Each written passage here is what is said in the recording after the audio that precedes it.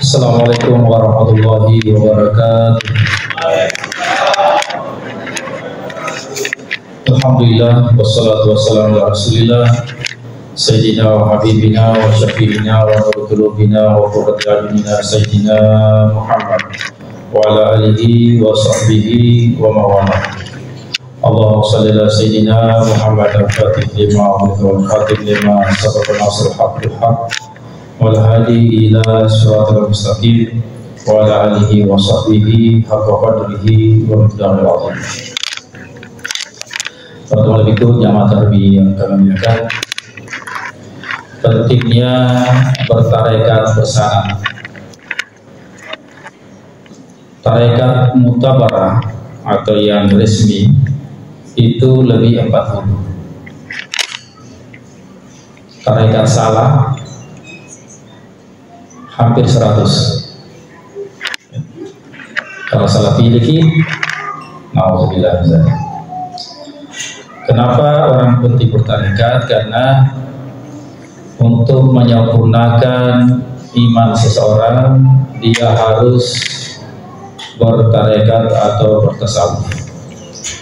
Sering kita dengar ada istilah 3I, iman, Islam, dan ihsan. Iman, Islam, ihsan. Tidak sempurna imannya seseorang manakala tidak memenuhi 3 syarat ini. Yang pertama, iman harus sempurna kita beriman kepada 6 rukun iman. Iman kepada Allah, malaikat, kitab, rasul, hari kiamat, qada wal qadar. Ilmu yang mempelajarinya adalah ilmu tauhid. Ini ilmu pasti, tidak neko-neko. Dari dulu ilmu tauhid itu tidak berubah. Kemudian Islam, bahasa lainnya adalah syariat. Ilmu yang mempelajarinya adalah fikih. Fikih bermacam-macam. Yang sering kita pelajari di pondok, di pesantren itu banyakkan fikih ibadah, yaitu fikih sholat, puasa, zakat, haji. Dan fikih syahadat adalah fikih dakwah. Fikih ini berkembang sampai kiamat. Ada namanya fikih muamalat, fikih ekonomi syariah, ada fikih politik, fikih siasat, ada Pak fikih politik. Cuma kita sering dikibuli oleh musuh-musuh Allah ya. Jangan kalian buat politik, biar kami yang kuasai politik. Akhirnya yang kuasai politik orang bejat, ya, orang tidak sholat, orang tidak mengenal Allah. Ya. Rasulullah ahli politik, sahabatnya ahli politik, Salman Al-Farisi ahli politik, Umar ahli politik. Tapi politik syar'i, politik yang berkeadilan, politik anti korupsi, politik kejujuran, tidak bohong. Ya. Jadi Islam sempurna. Terakhir ada namanya fikih tamkin, fikih kepemimpinan. Syarat kepemimpinan di dalam surah Al-Baqarah ayat 247 hanya 2. Jadi calon pemimpin itu, tolong Bapak Ibu, tolong perhatikan. Al-Baqarah 247, 2 syarat calon pemimpin. Yang pertama, pintar. Pintar spiritualnya, artinya paling bertakwa kepada Allah. Jadi calon pemimpin itu harus paling takut kepada Allah. Kebayang nggak kalau pemimpin kita sholat tahajudnya dijaga, sholat berjamaah di masjid dijaga, harus begitu. Kemudian pintar IQ-nya, memang pintar. Ya minimal bisa 2 bahasa, bahasa Arab dengan bahasa Inggris. Kemudian, Bu, tolong perhatikan. Ya syarat yang kedua di dalam Al-Quran, calon pemimpin itu harus ganteng. Subhanallah. Ini ayat Al-Baqarah 247. Wa zadahu bastadan fil ilmi wal jismi. Nah, subhanallah ta'ala. Calon pemimpin itu harus pintar dan harus ganteng. Sempurna fisiknya. Dari segi umur tidak terlalu tua. Kalau terlalu tua maulud. Apa sih liwat-liwat? Tidak terlalu muda. Kalau terlalu muda kekanak-kanakan. belum dewasa. Makanya rasul itu semua dilantik menjadi rasul itu di umur 40. Itu aturan Allah. Iya. Jadi kita harus mawas politik juga. Aja politik ya, jadi kuasa politik. Suatu saat nanti masjid kita ditutup. Suatu saat nanti haji ditutup. Suatu saat sudah terjadi, Pak? Sudah terjadi masjid ditutup? Sudah kan? Corona kan? Iya. Nah, pikir saya, kebayang nggak kalau pemimpin kita orang yang paling pintar, paling takut kepada Allah dan ganteng? Kebayang nggak? Pemimpin kita bisa khutbah, bisa imam. Kebayang nggak? Kalau orang bertakwa, tidak mungkin dia korupsi. Betul kan? Kalau orang takut kepada Allah, tidak mungkin dia bohong, tidak mungkin dia curang. Ya. Gitu ya. Kemudian yang ketiga, ihsan. Ya, singkat waktu. Ihsan ini ilmu yang mempelajarinya adalah tasawuf. Itulah yang kita bahas. Bahasa lainnya adalah tarekat.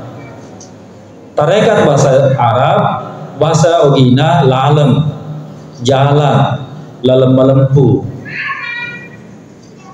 Apakah orang harus bertarekat? Harus. Iya, enggak tahu makna. Tapi betul ini ajalal matareka, jangan itu. Ya memang kalau enggak berguru, itulah yang kita akan bahas. Jadi bertarekat itu harus berguru. Tidak boleh tidak. Tidak boleh orang bertarekat cuma baca buku atau nonton YouTube, nggak bisa. Beda kalau ilmu fikih atau ilmu dunia. Kenapa? Kalau orang bertarekat tidak ada yang bimbing, seorang guru atau mursyid, dia akan halusinasi. Dia akan ngaku nanti jadi nabi. Akhirnya bikin agama baru. Karena perjalanan spiritual ini adalah perjalanan yang sangat sakral. Kalau nggak ada pembimbingnya bahaya. Biar ustadz, kalau nggak ada pembimbingnya bahaya. Contoh, ada ustadz yang mengatakan menyogok itu tidak berdosa tapi masuk neraka. Biasa. Tidak nih, apa bilang-bilang ditelusuri ini ustadz, ternyata pak ceramah nih. Belajar ceramah lewat YouTube, lewat VCD, bukan ustadz beneran, artinya belajar kitab. Bahaya Pak. Akhirnya mereka masuk ke aku ke Pak Akademi ustadz sih, mereka agak masuk kok, tidak berdosa, cuma masuk neraka. Biasa. Padahal kayaknya Al-Maidah ayat 29, dosa itu memasukkan neraka. Karena ustaz dia nak pahami agama, dia nak guru usul fikih, dia nak kena pesantren kesadia, maaf, macam apa ini? Biasanya macam mana? Nama apa lupa guru macam tu? Dia kelacet tu apa lupa guru apa? Mau bukti? Barang agak mina balu, yang itu masalah ni. Acan apa lupa guru? Jadi bukan ukuran bertarekat itu macam ceramah, ya asal bertarekat tidak. Harus dia belajar dari guru yang sah, bahasanya mursyid. Ya, di dalam fadilah amal, ya saya meneliti jamaah tabligh 10 tahun, Pak.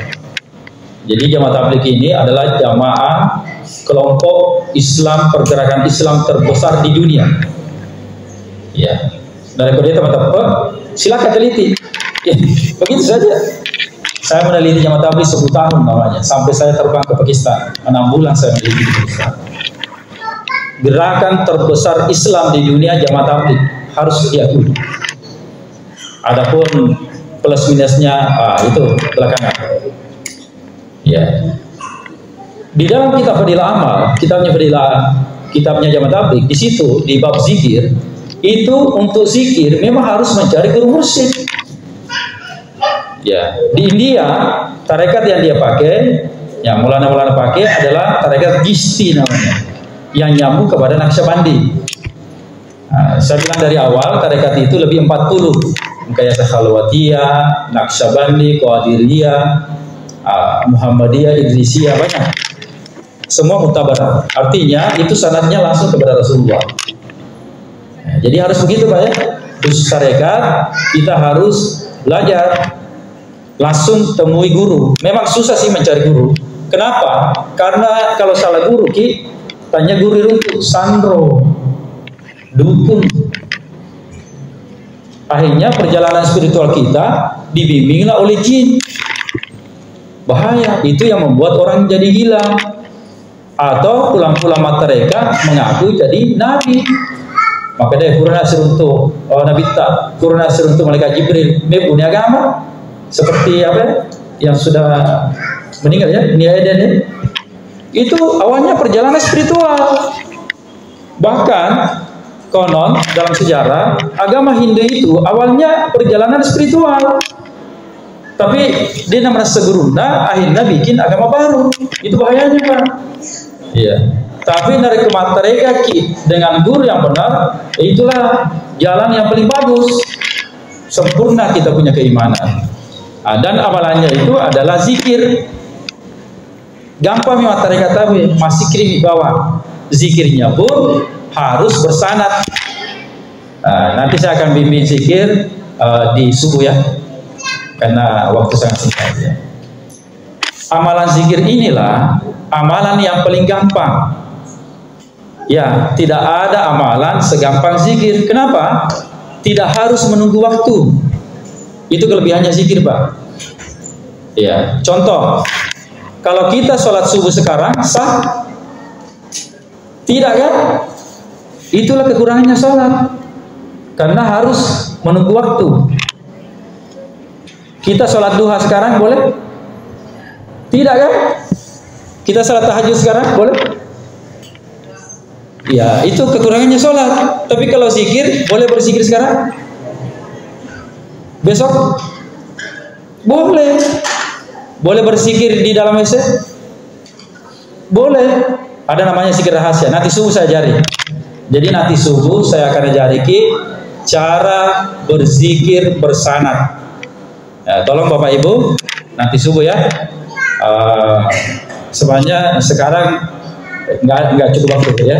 Nanti subuh saya akan bimbing zikir bersanad. Saya diberikan amanah dari guru mursyid Tarekat Qadiriyah Naqsyabandiyah untuk mengajarkan amalan ini. Amalannya sangat gampang, zikirnya cuma 2, 1 bersuara, 1 tidak bersuara atau rahasia. Ya, ini sangat menarik amalannya. Yang di sini, yang ikut di sini, yang awal-awal Buya Hamka, kemudian Presiden Gus Dur, kemudian Presiden Soeharto, Prof Nasaruddin Umar, pimpinan Asadiyah sekarang, ya, beliau semua di sini. Ada sudah mencapai 100 profesor di sini. Jadi zikirnya sangat gampang diamalkan, makanya banyak pejabat, banyak pebisnis, banyak artis. Cocok sekali buat kita untuk bertarekat, amalannya sangat gampang.